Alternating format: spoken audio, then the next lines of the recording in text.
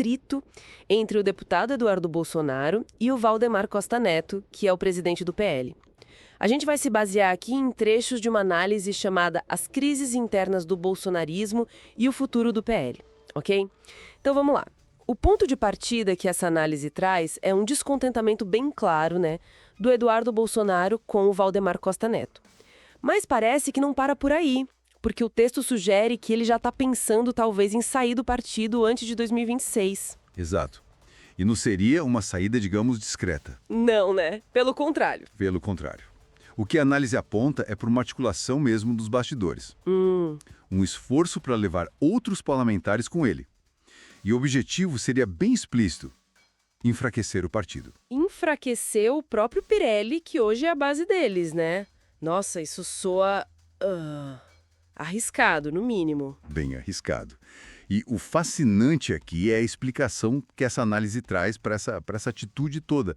Não parece ser tipo uma grande divergência de projeto para o partido ou ideológica, sabe? A fonte aponta que a raiz do problema seria algo bem pessoal para o Eduardo Bolsonaro. Uma percepção dele de que o Valdemar estaria agindo contra a família. Contra a família. Isso. E ele interpretaria isso quase como uma traição pessoal mesmo. Entendi. Uma traição. E essa percepção, então, segundo a análise, gera o que é? Uma reação de confronto. De retaliação. Exatamente, uma retaliação. O texto até contrasta isso, né, com a possibilidade de sentar, dialogar, buscar uma saída política dentro do partido. Pois é. Mas não, a abordagem descrita é essa, de confronto. E é curioso pensar que essa abordagem de retaliação pode acabar minando justamente a estrutura do partido. Sim. Que foi essencial para eles, para o clã Bolsonaro chegarem onde chegaram, né? Totalmente. E a análise usa umas palavras bem diretas para caracterizar esse comportamento. Fala em impulsividade, falta de visão estratégica. Reforça aquela imagem, né, pelo menos de acordo com o material que a gente está vendo, de que os interesses da família acabam ficando acima de qualquer compromisso com o partido. Acima do partido, da instituição. Isso, acima da responsabilidade institucional com a sigla. A lealdade familiar parece ser o critério número 1, entende? Entendi. E aí, se a gente conecta isso com o cenário maior que a análise descreve, a dinâmica que surge não é uma de fortalecer o PL, né? Não. Nem de buscar consenso para, ampliar a base. Não, parece o oposto. É o oposto. O que o texto sugere é que se prioriza a briga interna, sabe? Fica ali alimentando a divisão. E isso, claro, pode acabar corroendo a própria base do partido que eles usam como plataforma política. Então, para a gente amarrar o que essa análise apresenta, temos um conflito interno bem relevante no PL, né? Que não parece vir de grandes questões de projeto político. Então parece. Mas sim de uma coisa mais pessoal, familiar. Uma sensação de traição ali no centro. E o ponto-chave é que essa briga, segundo o texto, tem potencial real de fragmentar o partido. E, como consequência, enfraquecer o grupo político dos Bolsonaro. Isso. E isso levanta uma questão bem importante que a própria análise menciona de passagem, ao falar em possíveis consequências desastrosas para o grupo político que ele mesmo ajudou a construir. Olhando só pelo prisma dessa fonte, né? Além desse risco óbvio de enfraquecer a estrutura do PL... Sim. Que outras repercussões, que outros efeitos a longo prazo essas divisões internas poderiam gerar para esse campo político específico no Brasil? Eduardo Bolsonaro, sabe, principalmente um padrão que apontam de inflexibilidade e o que isso pode acarretar. Então, o ponto de partida que a análise traz é que, assim, essa postura mais firme pode até agradar, né? Uma base de apoiadores mais convictos. Só que, por outro lado, alguns observadores veem aí uma dificuldade, uma incapacidade de aceitar lideranças que não se submetam totalmente aos desejos da família Bolsonaro. Parece que é aí que a análise vê um nó, né? Exatamente. E essa inflexibilidade política, como o texto chama, não é vista como algo isolado, sabe? O material liga isso direto a um hábito de transformar discordâncias em conflitos pessoais. Ah, entendi. Quer dizer, a crítica é que a divergência vira briga pessoal. Isso. Divergências que talvez politicamente pudessem ser contornadas acabam virando, assim, embates individuais.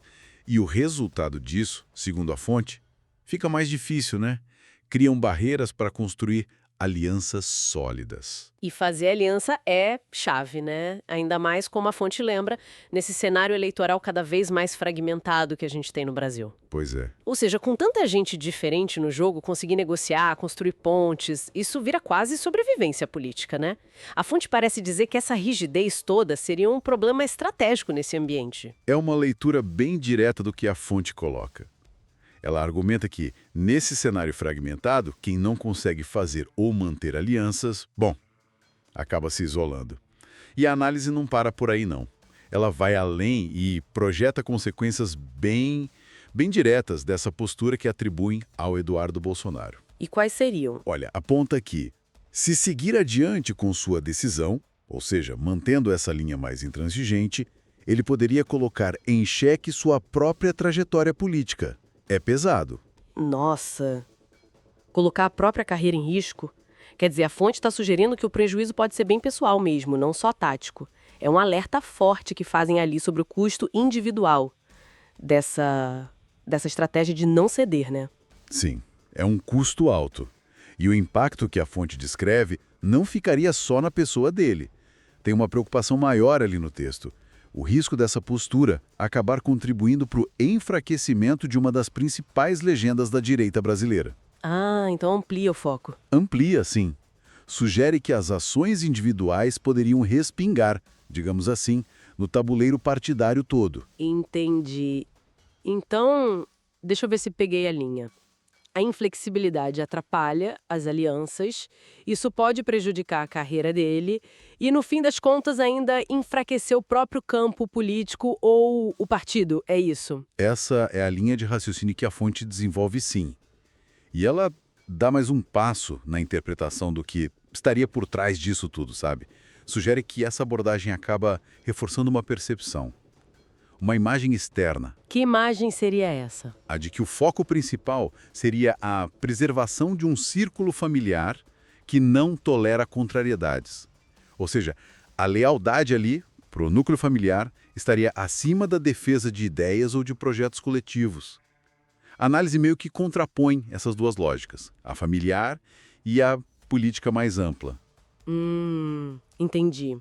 Então, para amarrar tudo que essa análise trouxe para a gente, tem essa inflexibilidade apontada como característica central que dificulta as alianças, algo essencial num cenário político dividido como o nosso. Exato.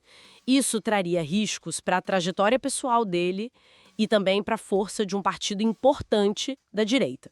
E, por fim, a fonte sugere que isso passa uma imagem de que a prioridade é a dinâmica familiar e não projetos políticos coletivos. Exatamente. A análise da fonte nos deixa, assim, meio que implicitamente com uma pergunta sobre a viabilidade disso a longo prazo, né?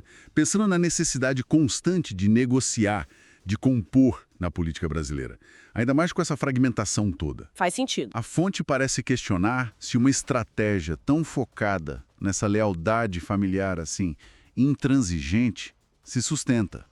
Levanta essa questão sobre as prioridades que são percebidas, né? O fortalecimento do clã familiar contraposto à construção de um projeto político mais abrangente, mais duradouro. É uma reflexão e tanto, né?